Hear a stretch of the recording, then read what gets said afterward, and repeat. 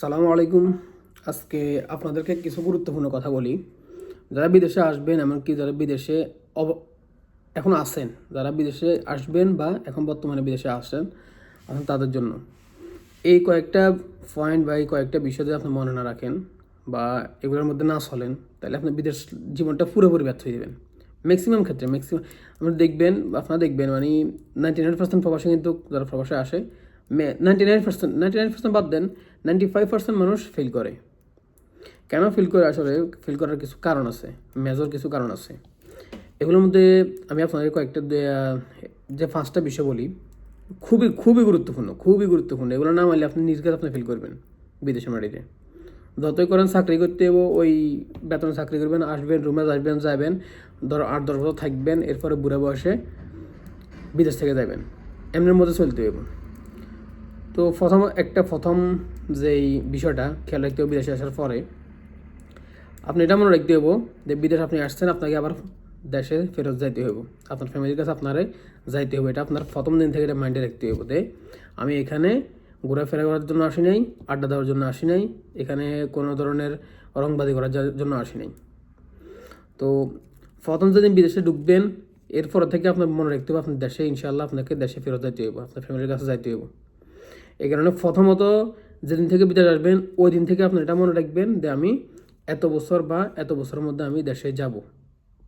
এটা আপনার মনে রাখতেই হবে, টার্গেটে রাখতেই হবে, নাহলে আপনি 8-10 বছর 15 বছর কাটিয়ে দেবে আপনার মানে দেশে যাওয়ার জন্য বাজারের সমস্যা হবো না, অথবা কোনো সমস্যা, এই সমস্যা এর মধ্যে থাকতে হবে আপনার। এই কারণে যেদিন থেকে প্রবাসে ফা দিবেন, ওই দিন থেকে আপনাকে প্রত্যেকটা দিন বা প্রত্যেকটা মাস আপনাকে হিসাব মতো চলতে হবে যে আমি দেশে যাবো এই বছরে বা এই মাস এত বছর পরে আমি দেশে যাবো, এটা মাথা রাখতে হবে। দ্বিতীয়ত,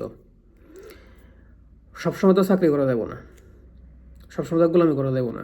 ঠিক আছে, প্রথম অবস্থায় আপনার বিদেশে আসি, ভাষা শিখতে হইব, টাকা সেভ করতে হবে, তাহলে আপনি অন্তত একটা জিনিস কি আপনার একটা ভিত মজবুত হইব। এই কারণে আপনার প্রথম 1 বছর 2 বছর যাই চাকরি করেন, 1 বছর করেন বা 2 বছর করেন, যাই চাকরি করেন, আপনার সব মাইন্ডে রাখতে হবে আমি এখানে শুধু চাকরি করার জন্য আসি নাই, আমাকে আমার জীবন পাল্টাইতে হবে, আমি এখানে পরিবর্তনের জন্য আসছি, সবসময় একজনের গোলামি করার জন্য আসি নাই। তো দ্বিতীয় most important, second most important হচ্ছে এটাতে আপনার এই ব্যবসায় ইনভেস্ট করা, ব্যবসা শুরু করতে হবে। যত তাড়াতাড়ি সম্ভব তত তাড়াতাড়ি ব্যবসা শুরু করতে হবে।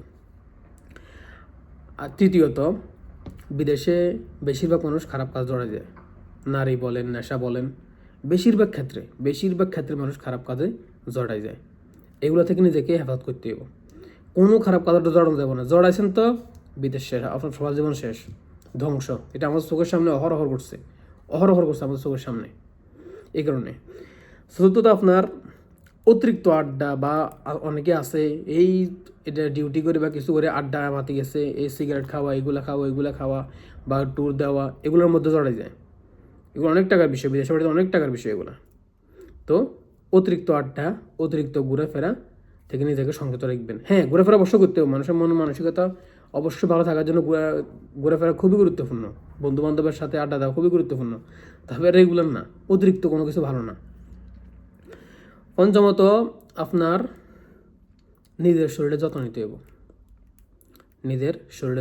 হবে, দেখবেন ম্যাক্সিমাম মানুষ প্রবাস থেকে যা অসুস্থ হয়ে যায়, এত বড় ফ্যাট করে যায়, মানে কী অবস্থা, মানে চুল জায়গা শরীরের, মাথায় চুল চলে যায়, এই সমস্যা ওই সমস্যা নিয়ে দেশে যায়। তো ওর দেশে যাওয়ার পর ওর চিকিৎসা ওই সময় শেষ। চিকিৎসা ওর সময় বেশিরভাগ প্রবাসী দেখবেন বিদেশ থেকে যাওয়ার পরে কোনো না কোনো সমস্যার মধ্যে ভুগতেছে, এই ডাক্তার ওটা দৌড়াদৌড়ি করতেছে। কেন? এই দেশে সে ওইগুলো খেয়াল রাখে নাই, যা পাইছে তা খাইছে, ঠিকমতো খাওয়া দাওয়া ঠিকমতো করে নাই, বা অতিরিক্ত খাইছে, বা ফল ফ্রুট খায় নাই, ভালো কিছু খায় নাই, শুধু জাঙ্ক ফুড খাইছে, এগুলা। তো এই কয়েকটা বিষয় আপনারা মনে রাখবেন, নাহলে আপনাদের পুরা মানে সবার জীবন ধ্বংস হয়ে যাব।